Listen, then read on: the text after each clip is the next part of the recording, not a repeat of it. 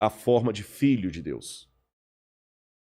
Ele se diminuiu, se tornou um de nós, morreu na cruz do Calvário para que todos nós pudéssemos ser salvos. E ao Cristo morrer na cruz do Calvário, aí que está a diferença. A cruz não significava nem um décimo do sofrimento maior que ele teve, que foi a ruptura com o Pai. Quando ele falou em aramaico, Elahi, Elahi, lama sabachthani, Deus meu, por que me desamparaste? O Cristo estava ali naquele momento rompendo com o Pai, rompendo com a divindade. Ele estava sofrendo naquele momento ali, no sentido mais elevado da palavra, o caos do que é o significado teológico da palavra inferno. Inferno significa a ausência absoluta de Deus. Então Cristo ali experimentou a morte por todos. Ele sentiu uma ausência de Deus naquele momento? Absoluta, totalmente. Por quê? Porque ele tinha que ter a morte que eu e você e todo mundo que está assistindo a gente Ele tinha que entender. estava condenado. Não era entender, ele morreu no nosso lugar. A lei exigia o seguinte, lembra a comparação que eu fiz do Então, rei? Mas ele sendo Deus, ele não sabia que o Pai estava com ele? Sabia. Só que Jesus não brinca com os dados. Vamos começar aqui. Qual que era a lei de Deus que foi infringida? A lei diz que aquele que pecar deve morrer, que se a gente infringisse, nós descobriríamos o que é a morte. Não existia morte no universo. A morte vem no pacote da ausência de Deus. Tá certo? E essa morte que nós temos, que amanhã eu posso virar alimento para verme, você também, essa morte ainda não é a morte eterna. A morte que a humanidade está... Isso aqui é apenas uma consequência do estado de pecado em que nós estamos. Mas nenhum cidadão desse mundo ainda experimentou a ausência absoluta de Deus. Aí o que acontece? Para que ninguém precise experimentar, alguém tinha que morrer. De maneira absoluta. Mas aí você faz uma pergunta que realmente me leva a uma reflexão teológica. Se Cristo é Deus, como ele podia passar por isso? Como pode um Deus eterno sinceramente morrer? Se ele é Deus? É muito simples. Já que imaginar não paga imposto, eu vou imaginar que eu tenha um Porsche do mais caro, daqueles que em Miami tem um monte na rua, sabe? Sim. Que um dia até botei no Instagram assim, vendo um Porsche.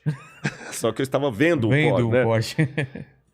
Se eu tivesse um Porsche do mais caro do mundo, você me vê com um carro passando aqui na rua e tudo, pô, que carrão, Rodrigo, pô, cara, massa demais e tudo e tal. Aí um belo dia, você me vê subindo aqui no condomínio, a pé, conversando com o Mandíbula. Tá. Aí você fala assim, pô, Rodrigo, cadê o Porsche? Tá na garagem. Por quê? É porque o Mandíbula, por alguma razão, vou criar aqui, viu, Mandíbula? Tá. Ele tá com um problema aí, coitado, ele foi abusado na infância. Ô, louco! Foi dentro de um carro. Podia ter criado outro problema. Mas tudo bem, já que foi criado esse problema. Mas, enfim, ele não entra dentro de carro. Ele tem um problema, uma fobia. Mas ele precisa caminhar comigo aqui no condomínio para trazê-lo até aqui. Então, o único jeito que eu tive de vir com ele até aqui é deixando o meu carro na garagem. Aí você vira e fala assim, pô, Rodrigo, não faz sentido isso não, cara. Se você tem o Porsche, você tem que andar de Porsche. Não. Se eu sou dono do Porsche... Ele escolhe. Eu sou dono bastante para usá-lo ou não. Então vamos a algumas definições aqui. Eu perdi o meu carro? Não. Eu continuo proprietário de um carro? Sim. Mas eu estou de fato andando com o Mandíbula ou estou fingindo que estou andando com ele? Não, você está andando. Estou andando com ele. Cristo, diz o apóstolo Paulo, ele se esvaziou da sua divindade. É esse o termo que Paulo usa. Filipenses 2, verso 5. Tenham em vocês o mesmo sentimento que houve em Cristo Jesus, porque ele, existindo por toda a eternidade, na forma de Deus, em forme tuteu, como diz em grego, ele não julgou como usurpação ficar agarrado ao fato de ser igual a Deus. Antes, a si mesmo se esvaziou, kenosis em grego. É como você pega um balão e ele murcha. Se esvaziou, assumindo a forma de servo. E na forma de servo, sendo reconhecido em figura humana e aceitando a morte e morte de cruz. Para que Cristo pudesse morrer, ele pegou a divindade dele, não a perdeu. Ele podia, a qualquer momento, com seus poderes, falar, não, vou morrer. Não vou morrer e acabou. Então. Mas o que ele fez? Ele me amou e amou você. É por isso que, para mim, é difícil falar de academicismo, de intelectualismo, sem falar de Deus. Não é linguagem igrejeira. Paulo, eu sei que muita gente talvez vai parar de assistir a nosso bate-papo agora e outros talvez vão até interessar. Agora que começou a entrar com o negócio de Bíblia, de Deus, pô, eu prefiro que você entreviste aí outro que fale de política. Você tá entendendo? Mas eu digo, Paulo também passou por isso, que Paulo era um cara intelectual. Quando ele estava falando em Atenas, o pessoal ficou, pô, caraca. E depois eu vou querer voltar ainda para Jesus, que eu Não, tenho umas perguntas. beleza. Tá. Paulo, você é demais, cara. Quando ele falou de Jesus crucificado e ressurreto, pensou, não, depois a gente discute sobre isso. Atenas é a capital da filosofia. Mas voltando ainda a essa questão do sacrifício dele. Ele pegou a divindade dele para comparar o Porsche, Tá. deixou na garagem, se tornou homem de verdade. Nasceu de Ele Maria. sentiu as dores. Nasceu de Maria como qualquer ser humano, exceto em pecado. Então, por exemplo, Jesus enquanto ser humano, se Jesus estivesse aqui hoje como ser humano, Jesus também podia contrair o Covid. Com certeza. Se eu pegasse ele estava sujeito um pedaço de pau e batesse no braço de Jesus, eu ia quebrar o braço de Jesus. Ele ia sentir essa dor. Ele ia sentir essa dor de verdade. E quando ele estava na cruz do Calvário, ele não podia usar nada dos poderes dele para se beneficiar, senão o sacrifício não seria real. Esse sacrifício, deixa eu falar sobre esse sacrifício. Foi profetizada a vinda dele. Foi. Muito antes. Uhum. Então, ele... Isso que eu não entendo. Esses profetas, quando falavam que havia um cordeiro, que havia essa figura para salvar todo mundo, era Deus se manifestando nessas pessoas, sabendo que ele ia vir, ou ele induzindo essas pessoas a criarem essa figura e depois ele se encaixou nessa figura. Você entendeu a diferença? Entendi. Não, eu acho o seguinte, Deus, ele é aquele que assiste o filme e, sem ser chato, tem o direito de dar spoiler. Ele sabe tudo, né? Porque ele sabe tudo. Ele dá o spoiler.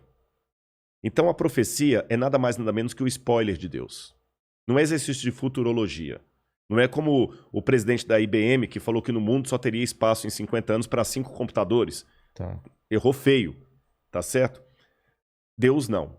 Ele apenas fala o seguinte, vai acontecer isso aqui. É como se eu assistisse algumas um filme. pessoas. Exatamente.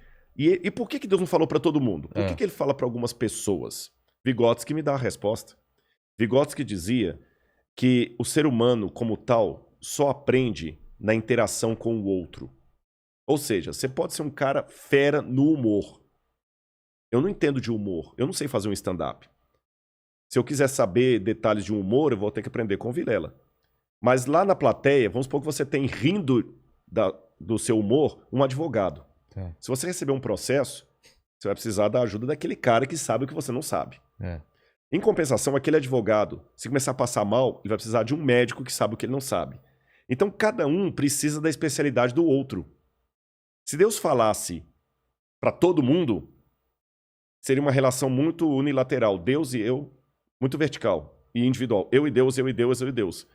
Deus fez o seguinte, olha, já que o ser humano, Vygotsky de novo, aprende na interação com o outro, ao invés de falar para todo mundo, eu vou falar para alguns que vão ser uma espécie de especialistas para revelar para a humanidade o que eu quero.